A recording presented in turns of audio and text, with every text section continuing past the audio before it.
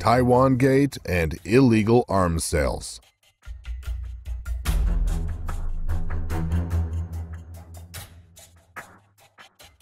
Taiwangate was a scandal which erupted in the world press in April 2002, involving a huge $100 million slush fund put together by the ROC government. The fund was reportedly used to finance a wide variety of lobbying, propaganda, and influence peddling schemes, with the goal of manipulating U.S. policy on arms sales to the Republic of China Ministry of National Defense on Taiwan. As reported in the media, the fund's major concern was to obtain expanded military sales to Taiwan, including the acquisition of newer models of fighters, attack helicopters, submarines, frigates, missiles, radar, and other military hardware. A secondary concern was to keep the operations of the ROC-MND out of the line of U.S. congressional inquiry. Media reportage regarding Taiwangate cooled off considerably after 3 years, only to begin simmering again in the summer of 2013, with the revelations of the mistreatment and even torture of new draftees in Taiwan. Increasing numbers of disclosures on social media websites stimulated Taiwan and U.S. reporters and investigators to begin delving into the operations of the ROC-MND in more detail. Some of their important findings are summarized in this video for the benefit of the English-speaking audience. The ROC in Taiwan has mandatory military conscription for males aged 19 and above. Estimates of the number of new draftees called up for this mandatory military conscription exceed 155,000 per year. According to the best information available, mandatory military conscription by the ROC regime in Taiwan began in 1949, the same year that the ROC moved its central government to Taiwan. In 1949, Taiwan was still under military occupation. Is it permissible for the governing authorities in occupied territory to impose military conscription policies over the people residing within their territorial boundaries?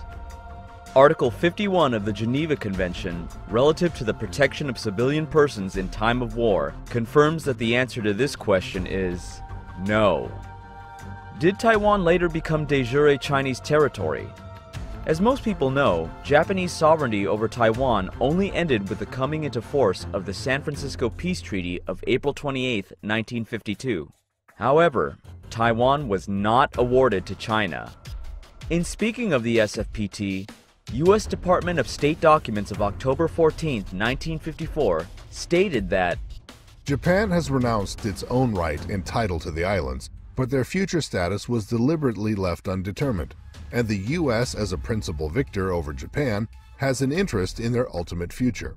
By moving its central government outside of China's national territory in December 1949, the ROC had become a government in exile, which is by definition a non-sovereign entity. Moreover, international law does not recognize any actions, methods, or procedures whereby a government in exile can become recognized as the lawful government of its current locality of residence. Is it permissible for non-sovereign nations to impose military conscription policies over the people residing within their territorial boundaries? U.S. court decisions have confirmed that the answer to this question is no. The historical background to these court decisions is given as follows. In America before 1862, combat duty was always voluntary. When President Lincoln enacted a military draft in 1863, it had led to riots, and Chief Justice Taney drafted an opinion, never delivered, there was no case before the court, denying that such legislation was constitutional. Taney reasoned that the Constitution did not give Congress the authority to draft men into service. Instead, in the Chief Justice's view, the Constitution said that the Congress could raise and regulate armies, and it gave the federal government authority over the state's militias in certain circumstances.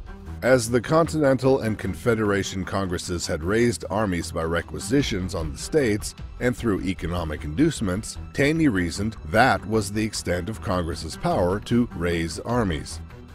In the selective draft law cases, 1918, the defendants made arguments similar to Taney's. They also made reference to the 13th Amendment, which had been ratified since Taney's death, and which said that only convicts could be subject to involuntary servitude. Chief Justice Edward D. White's decision for the court used a very expansive interpretation of the Constitution to argue that because foreign governments conscripted soldiers, this power was obviously one of the attributes of a national sovereign government. White said that citizenship entailed the supreme and noble duty of contributing to the defense of the rights and honor of the nation. This was modified somewhat by a 1971 United States Supreme Court decision, Gillette v. United States, which established comprehensive criteria for being classified as a conscientious objector.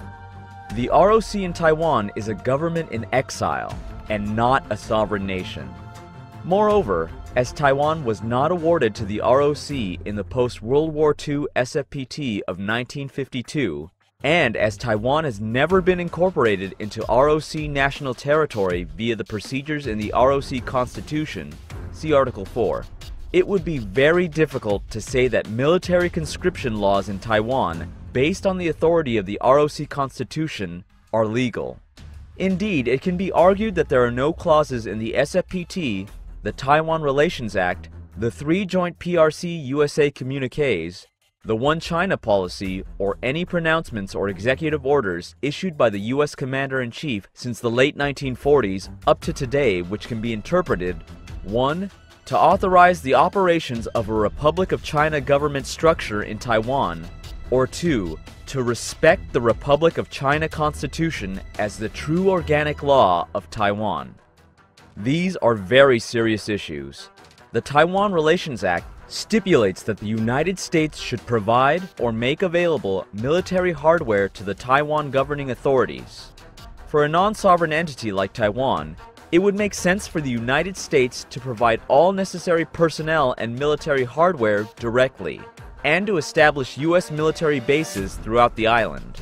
Such arrangements could be based directly on Article 4B of the SFPT, which gives a U.S. federal agency, the United States military government, de jure jurisdiction over Taiwan. A strong U.S. military presence in Taiwan would also protect U.S. interests in the Western Pacific area. As one example of the activities of the ROC's Ministry of National Defense that threaten the economic interests and foreign relations of the United States, the Spratly Islands dispute may be mentioned. All of the Spratly Islands are claimed by the People's Republic of China and Vietnam. Parts of them are claimed by Malaysia and the Philippines. The interests of the United States in avoiding a military conflict in this area and/or in negotiating the peaceful settlements of territorial claims of the different nations are continually frustrated by the fact that the ROC regime on Taiwan claims sovereignty over these islands as well, even though the Spratly Islands fall outside of the geographical definition of Taiwan in the TRA. With the United States' announced pivot to Asia strategy, and with reference to the content of the SFPT, there should be no hesitation in moving U.S. military personnel and equipment into Taiwan. Otherwise, we need to step back for a moment and consider how to justify the sale of military hardware to the ROC regime based on all relevant criteria. Most importantly, it must be established that military conscription in Taiwan rests on a firm legal basis. In other words, all those concerned with Taiwan's future are currently faced with the question of, how can the United States sell military hardware to a non-sovereign entity which is not authorized to conduct military recruitment efforts and not authorized to maintain a military presence in its headquarters locality? In July 2013, the 24-year-old draftee Hong Jong-cho died following an arduous punishment drill in Taiwan's searing summer heat. Corporal Hong was just 3 days short of completing his military service when he was reportedly put in solitary confinement. He was later subjected to a series of tough punishment exercises, and doctors say he died of organ failure brought on by severe heat stroke. Newspaper reports estimate the number of deaths of new draftees in the ROC military at 300 per year. Some reporters have claimed that this rate of deaths, calculated in percentage terms, is greater than the yearly losses suffered by the U.S. troops in Afghanistan. These reporters' claims have not been completely verified. Typically, no formal investigation into the deaths of new draftees is conducted. The investigation regarding the death of Hong Chong-chu was quite unprecedented. Obviously, the emotional distress for the families of the new draftees entering the ROC military every year is also significant. They worry that their sons may also be sent home in an urn, as a mere pile of ashes. Since the early 1950s, the legal status of Taiwan has been continually characterized as undetermined. And beginning in the 1970s, the U.S. government policy towards Taiwan has been characterized as strategic ambiguity. But does this strategic ambiguity apply to the human rights of the native Taiwanese people as well? Let us not forget the Taiwan Relations Act discusses human rights in some detail. See 22 U.S.C. 3301C, Human Rights. Nothing contained in this chapter shall contravene the interest of the United States in human rights, especially with respect to the human rights of all the approximately 18 million inhabitants of Taiwan.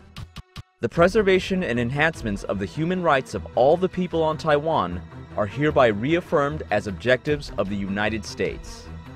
In terms of human rights, the question we continually come back to is, where is the legal basis for the Republic of China and Taiwan to maintain a Ministry of National Defense on Taiwanese soil and to impose mandatory military conscription policies over the local Taiwan populace?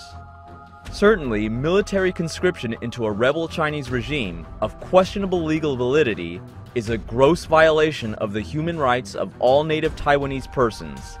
It is therefore clear that the native Taiwanese people are entitled to a detailed answer to this military conscription question. Conclusion: the U.S. executive branch officials and members of Congress should call for a moratorium on all military conscription activities by the ROC regime in Taiwan ASAP until the exact legal basis for such policies under international law can be firmly established.